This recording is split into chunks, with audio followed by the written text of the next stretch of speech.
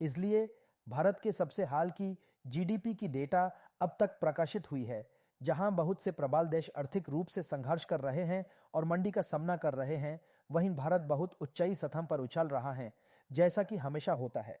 चीन, पाकिस्तान और यूरोप समेत सारे देश भारत को फिर से प्रगति की दृष्टि से घोर रूप से गनते हैं। लेकिन उससे पहले मैं भारत के उच्चरणों के बारे में बात करूं, चलिए जल्दी से समझ लें कि भारत की अर्थव्यवस्था इतनी ऊंचाई कैसे उछल रही है कि अब भारत के दुश्मन और ये गुलामी के जुर्म वाले राज्यों के मीडिया अधिकारी इस बढ़ी और साधनाओं को नजरअंदाज नहीं कर सकते हैं। आईएमआर के सहायक प्रबंधक के अनुसार भारत आज दुनिया की अर्थव्यवस्था में रिलेटिव रोशनी की जगह है। इस विश्व बैंक के रिपोर्ट के अनुसार भारत अन्य प्रमुख उभरता हुए आर्थिक आयोजनों से बड़ी उत्पादक देशों से घनता को समझा सकता है। एर्नस्ट एंड यंग के अनुसार 2047 तक भारत $26 ट्रिलियन की अर्थव्यवस्था बनेगा। जैसा यहाँ देखा गया है, भारत महामारी से शक्तिशाली तरीके से उभरा है और न्यूयॉर्क टाइम्स के इस लेख के अनुसार यूरोप से चीन तक के महान अर्थव्यवस्थाओं में थम गए हैं, लेकिन भारत थमा नहीं है। द गार्डियन ने एक लेख प्रकाशित किया था जिसमें कहा गया है कि भारत धीरे से आर्थिक अधिराजी पद को ग्रहण कर रहा है और मॉर्गन स्टैनली के एक ताजा रिपोर्ट के अनुसार 10 वर्ष से कम समय में भारत ने परिवर्तन किया है और आज के भारत को 2013 से अलग माना जाता है। भारत के अद्भुत जीडीपी प्रदर्शन को देखते हुए रॉयटर्स ने रिपोर्ट की है कि प्रधानमंत्री नरेंद्र मोदी जो 9 वर्षों तक शक्तिशाली रहे हैं, महामारी के बाद आर्थिक पुनर्जीवन के लिए राष्ट्रपति व्यायाम को तेज कर रहे हैं, सड़कों, रेलों और नई हवाई अड्डों के निर्माण के लिए। भारत के असाधारण आर्थिक विकास को महसूस करते हुए पाकिस्तान के अखबार डॉन ने एक लेख प्रकाशित किया था जिसमें कहा गया था कि पाकिस्तान को भारत की तरह अर्थव्यवस्था की पुनः रचना करानी पड़ेगी, वरना और शर्म और कर्ज के तेड़े के साथ लचर करारा समझौता करना पड़ेगा।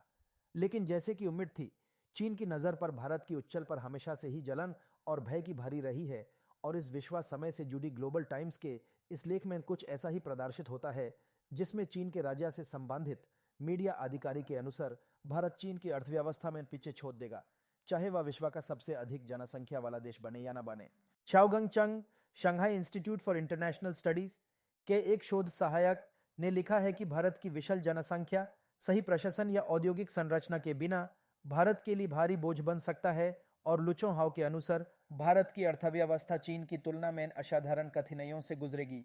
भारत के चाइना के अपहृत होने वाले प्रोपेगेंडा को छोड़कर चलिए कुछ मजबूत सूचनाओं पर ध्यान दें जो भारत के इस आर्थिक महासंघर्ष का कारण बन रहे हैं। वॉशिंगटन पोस्ट की इस लेख के अनुसार भारत की अर्थव्यवस्था इस 3 क्रांतियों के कारण बढ़ रही है। तो वह 3 क्रांति क्या है?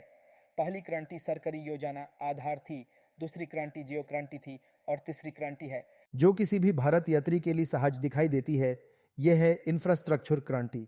विचारों, हवाई अड्डों, रेल स्टेशंस और अन्य योजनाओं पर व्यय का वृद्धि हो रहा है। सरकारी व्यय ने 2014 to 15 की आर्थिक वर्ष से 5 गुना बढ़ गया है और राष्ट्रीय राजमार्ग का एवरेज निर्माण लगभग दुगुना हो गया है। जिस तरह से बंदरगाहों की क्षमता और हवाई अड्डों की संख्या बढ़ी है। अर्नस्ट एंड यंग के अनुसार विश्व के सबसे बड़े लेखांकन करने वाले फर्मों में से एक माने जाने वाले विकास के 8 मुख्य मार्गदर्शक हैं जो भारत की अर्थव्यवस्था के उच्चारण के लिए महत्वपूर्ण भूमिका निभाएंगे। पहला है आईटीएन सेवाओं का केंद्र, जिसमें $254.5 अरब की मजबूत सेवाओं के निर्यात के साथ भारत को मजबूत स्तंभ प्राप्त है, विशेषकर आईटी और बीपीओ सेवाओं के निर्यात। दूसरा है डिजिटलीकरण। सरकार द्वारा देश में डिजिटलीकरण के तेजी से बढ़ने से कई लाभ होंगे, जैसे कि प्रशासन सुधारने, वित्तीय सम्मिलन और नए बाजारों तक पहुंचाने और नए उत्पादन और सेवाओं को प्रस्तुत करने का एक ढांचा प्रदान करने के। भारत के निजी कर्ज की जीडीपी अनुपात बड़ी आर्थिक वस्तुओं में से एक है, जो कि बड़े आर्थिक महासंघर्ष वाली देशों में सबसे कम है। चौथा सूचक है स्टार्टअप, जो पिछले 6 वर्षों में काफी बढ़ गए हैं और भारत को विश्व में तीसरे स्थान पर स्थित करते हैं। भारत में निजी इक्विटी वेंचर कैपिटल के निवेश $82 अरब तक पहुंचे हैं। पंचवां सूचक है अगले दशक में वृद्धि होने वाली वैश्विक कर्मचारियों की 25% भागवत वह भारत से आएगी। क्या अभी हैरान हो रहे हैं कि कनाडा और जर्मनी जैसे देश इतनी बेसुमार तरह से भारत के प्रति बेकार है?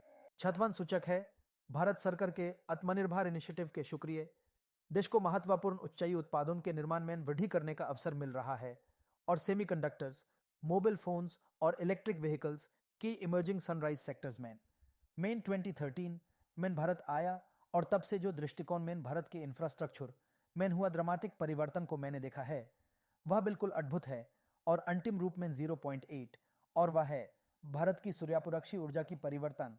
भारतीय सरकार ने लक्ष्य रखा है कि 2070 तक नेट जीरो बने और 2030 तक 2005 की स्टार के मुकाबले कार्बन घनता को 45% तक घटाएं। पुनरुत्थानी ऊर्जा और हरी हाइड्रोजन के विकास से भारत को ऊर्जा स्वतंत्रता प्राप्त करने में सहायता मिल सकती है। या उस तकलीफ के लोगों और भारत के दुश्मनों को मैं कहना चाहता हूं कि आपकी अपाटी और जलन केवल आपकी निराशा और अवनहीनता को प्रदर्शित करती है, उससे ज्यादा नहीं। उनकी अतलाता, कठिन कम और प्रतिभा के कारण भारत और भारतीयों ने दुनिया को आशा का संदेश भेजा है, और विशेषकर विदेशी साम्राज्य क्रिमिनलों को एक मजबूत संदेश कि यद्यपि अपने इस जमीन को दंपटी और अपने देश को अमीर बनाने के लिए लूटा है, मदर इंडिया फिर से लौटे है और उस स्थान को वापस चुन रही है जो उसका है।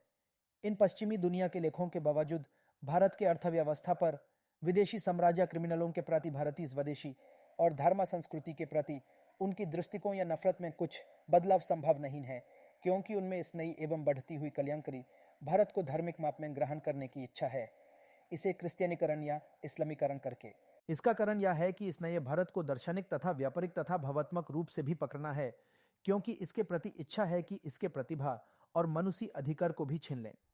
पश्चिम जानता है कि जिस व्यक्ति को भारत से सबसे अधिक लाभ मिलता है और जिसने भारत के विकास कथा से सबसे बड़ी तुकदी निकली है, वह भी 21वीं शताब्दी में भारत के पैसे के साथ ऊंच उड़ेगा। जी हाँ, वह शताब्दी जिसे न्यूयॉर्क टाइम्स की रिपोर्ट के अनुसार भारतीय आश्रय कहा जाता है।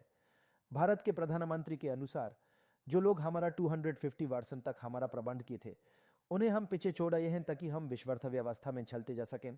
हम वर्षों के गुलामियों से बाहर आए हैं, अब यह मौका है, हम रुकेंगे नहीं। जी हाँ, भारत ने पहले पश्चिम को विकसित किया है और लगातार लग रहा है कि माता भारत इसे पुनः विकसित करने में सहायता करेगी। थैंक यू फ्रेंड्स, इसी के साथ मैं आज इस टॉपिक का अंत कर रहा हूं। यदि आपको हमारी राय अच्छी लगी हो तो कृपया इस चैनल को लाइक करें, सब्सक्राइब करें और शेयर करें जितना हो सके।